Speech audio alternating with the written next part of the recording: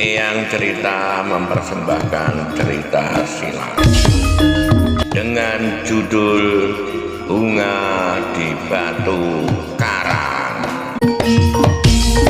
Cerita silat fiksi ini berlatar belakang Kemelut Kasunanan Surakarta. Selamat membaca dan mendengarkan. Kabar penggemar BDBK semuanya, Eyang doakan semua dalam keadaan sehat dan dilancarkan rezekinya. Mari kita dengarkan cerita silat ini.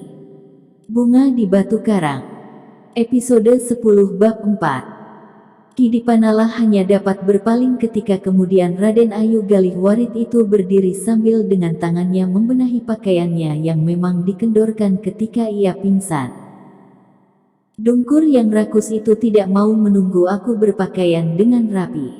Gila, lalu tiba-tiba dipandanginya tabib itu, "Hei, siapa kau?" "Ampun Raden Ayu, hamba berusaha mengobati Raden Ayu." "Mengobati? Aku kenapa?" "Oh, bodoh sekali kau." Raden Ayu itu tertawa, "Apa yang kau obati padaku? Jika aku sakit kumpeni mempunyai obat yang tidak kau punyai." "Hei, siapa kau?" Ki Dipanala menjadi semakin cemas. Apalagi ketika ia kemudian mendengar Raden Ayu itu tertawa terbahak-bahak. Tanpa menghiraukan kedua orang yang ada di dalam biliknya, Raden Ayu Galih Warit memperbaiki letak pakaiannya sambil tersenyum-senyum. Ternyata senyum Raden Ayu itu telah menggetarkan hati Ki Dipanala dan tabib yang masih muda itu. Mereka menjadi cemas bahwa kejutan perasaan itu telah membuatnya berubah. Dengan ragu-ragu Ki Dipanala masih mencoba memanggil, "Raden Ayu, apakah Raden Ayu tidak mengenal hamba lagi?" "Hei." Raden Ayu berpaling, dengan tajamnya ia memandang Ki Dipanala. Lalu katanya, "Kau tentu bukan Kapitan Dungkur. Kenapa kau di sini, hei? Apakah kau juga kumpeni?" "Tentu bukan. Kulitmu seperti kulit sawo." Terasa kulit Dipanala yang dikatakan seperti kulit sawo itu meremang ketika Raden Ayu Galih Warit merabanya. Sambil tertawa Raden Ayu itu berkata, "Tentu bukan. Dungkur kulitnya putih kemerah-merahan seperti kulit babi. Tetapi tidak sekasar kulit Panderpol." Raden Ayu itu tertawa, lalu, "Meskipun kulitmu tidak putih, tetapi ternyata lebih halus dari kulit orang-orang asing itu."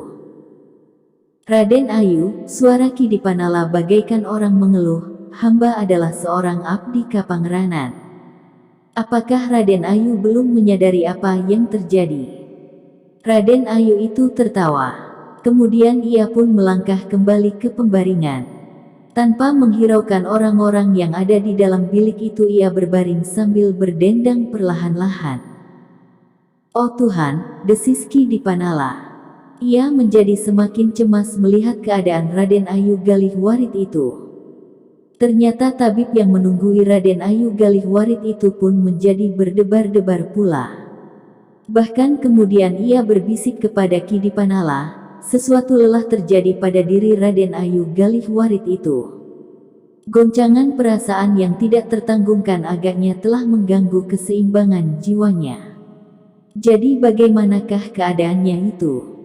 Tabib itu menarik nafas dalam-dalam sambil mengangkat pundaknya. Apakah Raden Ayu telah terganggu syarafnya? Tabib itu ragu-ragu sejenak. Namun katanya kemudian, "Agaknya memang demikian Ki Dipanala. Apakah Ki Dipanala dapat menyampaikannya kepada Pangeran Ranakusuma?" Ki Dipanala tidak segera menjawab. Sejenak ia termangu-mangu. Lambat atau cepat, Pangeran Ranakusuma memang harus mengetahuinya. Selain persoalan Raden Ayu Galih Warit, bukankah masih harus dipikirkan apa yang sebaiknya dilakukan terhadap Raden Rudira yang terbaring di bilik sebelah dan tubuh Mandra yang disimpan di belakang? Ki Dipanala menarik nafas dalam-dalam. Sekilas dilihatnya Raden Ayu Ranakusuma yang berbaring sambil berdendang perlahan-lahan. Namun kemudian perempuan itu meloncat berdiri sambil bertanya, "Hei, di mana anakku? Di mana Rudira? Apakah kau lihat? Ia tidak boleh mengikuti aku. Ia tidak boleh tahu apa yang terjadi dan apa yang aku lakukan meskipun semuanya itu untuknya dan untuk suamiku. Ia akan menjadi Senapati Agung di Surakarta, dan kami akan menjadi pangeran yang paling berpengaruh dan paling kaya raya. Tentu melampaui Pepatih Surakarta sendiri." Ki Dipanala tidak dapat menjawab pertanyaan itu. Karena itu untuk beberapa lamanya ia hanya berdiam diri saja. "Di mana hei, Raden Ayu?" Ranakusuma mendesak, "Kau lihat anakku yang laki-laki." "Raden Ayu," berkata Dipanala kemudian, "hamba berharap Raden Ayu beristirahat. Cobalah Raden Ayu tidur sejenak. Mungkin dapat menenteramkan hati Raden Ayu." "Tidur? Kau suruh aku tidur?" Tiba-tiba Raden Ayu tertawa berkepanjangan. Tabib itu menjadi tegang sejenak. Katanya kemudian, "Aku akan memberikan obat yang dapat memaksanya tidur sejenak. Ramuan kulit dalam buah pala dengan beberapa macam ramuan yang lain. Tetapi sebelumnya, beritahukanlah kepada Pangeran Ranakusuma, agar pangeran dapat melihat akibat yang telah terjadi pada istrinya." Ki Dipanala mengangguk sambil bergeser. Kemudian ia pun melangkah keluar pintu. Ketika pintu bilik itu berderit, Raden Ayu Galihwarit pun melangkah ke pintu. Tetapi tabib muda itu mencoba menahannya. "Raden Ayu, silahkan Raden Ayu tinggal saja di dalam bilik ini. Sebentar lagi Dipanala akan kembali." "Apa?" dipandanginya tabib itu sejenak, "Lalu, kenapa kau melarang aku pergi? Tinggallah di dalam bilik ini saja Raden Ayu. Apakah Rudira tidak akan melihat aku di sini?" Ya Raden Ayu. Raden Rudira tidak akan melihat Raden Ayu tinggal di dalam. Apakah Dungkur, atau Panderpol atau Setepen akan datang? Oh, tabib itu mengusap dadanya. Ternyata Raden Ayu itu sudah menyebut sedikit-sedikitnya 3 buah nama. Terlalu tabib itu mengeluh sendiri. "Hei, kenapa kau diam saja?" bentak Raden Ayu. "Di luar ada Raden Rudira," katanya begitu saja terloncat dari bibirnya, "karena itu silahkan Raden Ayu tinggal di dalam." "Oh, apakah ia tidak akan datang kemari?" Tidak. Raden Ayu itu tertawa. Katanya, "Sekali-sekali ada juga baiknya menipu kanak-kanak. Tetapi niatku baik. Niatku bersih untuk anak dan suamiku." Tabib itu menyahut, "Ya, memang niat Raden Ayu bersih, karena itu, silahkan Raden Ayu duduk saja di dalam." Raden Ayu Galihwaru melangkah kembali ke pembaringan. Kemudian dibaringkannya dirinya seenaknya tanpa menghiraukan orang lain di dalam bilik itu. Dalam pada itu, dengan sangat ragu-ragu Ki Dipanala bagaikan merayap mendekati Pangeran Ranakusuma yang masih duduk mematung di pendapa. Dengan dada yang berdebar-debar Ki Dipanala kemudian berkata perlahan-lahan, "Ampun Pangeran. Hamba akan mohon kesempatan untuk mengatakan sesuatu tentang Raden Ayu." "Apa yang akan kau katakan?" "Tentu kau akan mengatakan bahwa perempuan itu sudah mulai sadar." Pangeran Ranakusuma terdiam. Ia masih belum berani mengatakan dugaannya tentang Raden Ayu Galihwarit karena ia mendengar suara tertawa berkepanjangan. Jika istrinya itu masih dalam keadaan tidak sadar seperti pada saat berteriak-teriak, maka ia harus menunggu istrinya itu bangun. Tetapi kalau perempuan itu sudah terbangun, "Hamba Pangeran," jawab Ki Dipanala, "sebenarnya Raden Ayu sudah sadar." "Maksud hamba, Raden Ayu sudah bangun dari pingsan dan bayang-bayang yang menyelubunginya." Tetapi Ki Dipanala tidak dapat meneruskan kata-katanya. Namun karena justru kecemasan yang serupa itu sudah ada di dalam hati Pangeran Ranakusuma, maka tiba-tiba saja ia menyahut, "Gila maksudmu? Atau setengah gila atau apa?" Ki Dipanala menarik nafas dalam-dalam. Jawabnya, hamba tidak dapat menyebutnya pangeran. Tetapi memang ada gangguan pada saraf kesadarannya. Raden Ayu tidak dapat mengenal hamba lagi. Oh, Pangeran Ranakusuma meletakkan dagunya pada kedua tangannya yang bertelekan pada pahanya dengan sikunya. Bahkan kemudian kepala itu menunduk dan bersembunyi di balik kedua telapak tangannya. Hancur, semuanya sudah hancur. Aku masih mengharap bahwa cemar yang melumuri keluargaku masih dapat disembunyikan, meskipun tidak bagi hatiku sendiri. Tetapi aku masih mengharap bahwa perempuan itu akan menyimpan rahasianya meskipun aku sudah mengambil keputusan untuk menyingkirkannya dari istana ini. Tetapi jika ia menjadi gila, maka ia akan berkicau apa saja tanpa menghiraukan noda yang tercoreng di kening. Perlahan-lahan tabib itu dapat pangeran perintahkan untuk mengobati sejauh-jauh dapat dilakukan. Persetan, Pangeran Ranakusuma itu pun kemudian berdiri. Dengan tergesa-gesa ia melangkah ke bilik istrinya.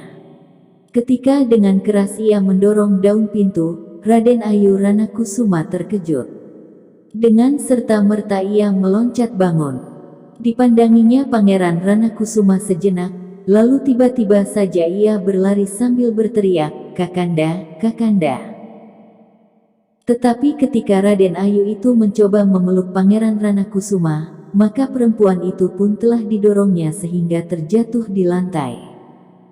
Raden Ayu Ranakusuma itu masih sempat memekik. Namun kemudian ia terdiam sejenak. Dipandanginya suaminya dengan tajamnya. Perlahan-lahan ia bangkit. Dan tiba-tiba saja Raden Ayu itu tertawa sambil berkata, "Hei, aku belum mengenal caramu. Ternyata kau kasar seperti setepen." "Diam!" teriak Pangeran Ranakusuma. Hampir saja tangannya menamparkan mulut Raden Ayu Galihwarit yang tertawa itu jika Ki Dipanala tidak cepat-cepat berkata, "Jangan Pangeran." Raden Ayu sedang dalam keadaan tidak sadar. Oh, Pangeran Ranakusuma melangkah menjauhi istrinya sambil berdesah, "Memalukan sekali. Memalukan sekali. Aku sudah terjerumus ke dalam kehancuran mutlak." Dan sambil menggeretakkan giginya Pangeran Ranakusuma menggeram, "Ia harus diam. Ia harus diam." Lalu tiba-tiba ia berbalik sambil berkata, "Aku akan membunuhnya. Aku akan membunuhnya." "Pangeran," berkata Ki Dipanala, ternyata Raden Ayu Galihwarit telah kehilangan kesadarannya. "Hamba berharap bahwa tuanku akan tetap sadar menghadapi keadaan ini. Betapapun pahitnya empedu, jika itu memang harus ditelan, maka pangeran tidak akan dapat memuntahkannya lagi." Pangeran Ranakusuma menggigit bibirnya seakan-akan ia sedang menahan sesuatu yang bergejolak di dalam hatinya. "Dipanala," berkata Pangeran Ranakusuma sambil memandang istrinya, "hanya sekilas, apa yang harus aku lakukan?" Terasa jantungnya seakan-akan berhenti berdenyut ketika tiba-tiba saja ia mendengar istrinya itu tertawa. Perlahan-lahan Raden Ayu Galihwarit pergi ke pembaringan dan seperti yang telah dilakukan, Raden Ayu itu berdendang perlahan-lahan sambil mempermainkan ujung jari-jarinya. "Ia benar-benar sudah gila," gumam Pangeran Ranakusuma. "Itulah sebabnya kita harus mengasihani. Jika ia tidak berlumuran dengan noda, aku tidak akan ingkar. Aku mengambilnya sebagai istriku dalam keadaan seutuhnya. Ia aku terima dengan segala yang ada padanya." Gelak tertawanya, tetapi juga tangisnya. "Dan seharusnya aku juga bertanggung jawab selama ia terganggu jiwanya." Pangeran Ranakusuma berhenti sejenak, "Tetapi sekarang aku tidak dapat melakukannya." "Tidak dapat, justru karena Galihwarit tidak setia kepadaku, ia telah berkhianat apapun alasannya." Tidak seorang pun yang menjawab. "Aku akan mengantarnya pulang malam ini." Bersambung 10 bab 5. Bagikan. Klik bagikan untuk banyak pembaca Sare ke media sosial Facebook, Twitter, dan lain-lainnya. Jangan lupa subscribe dan nyalakan lonceng notifikasi. Baca jilid berikutnya. Atas perhatiannya saya ucapkan terima kasih.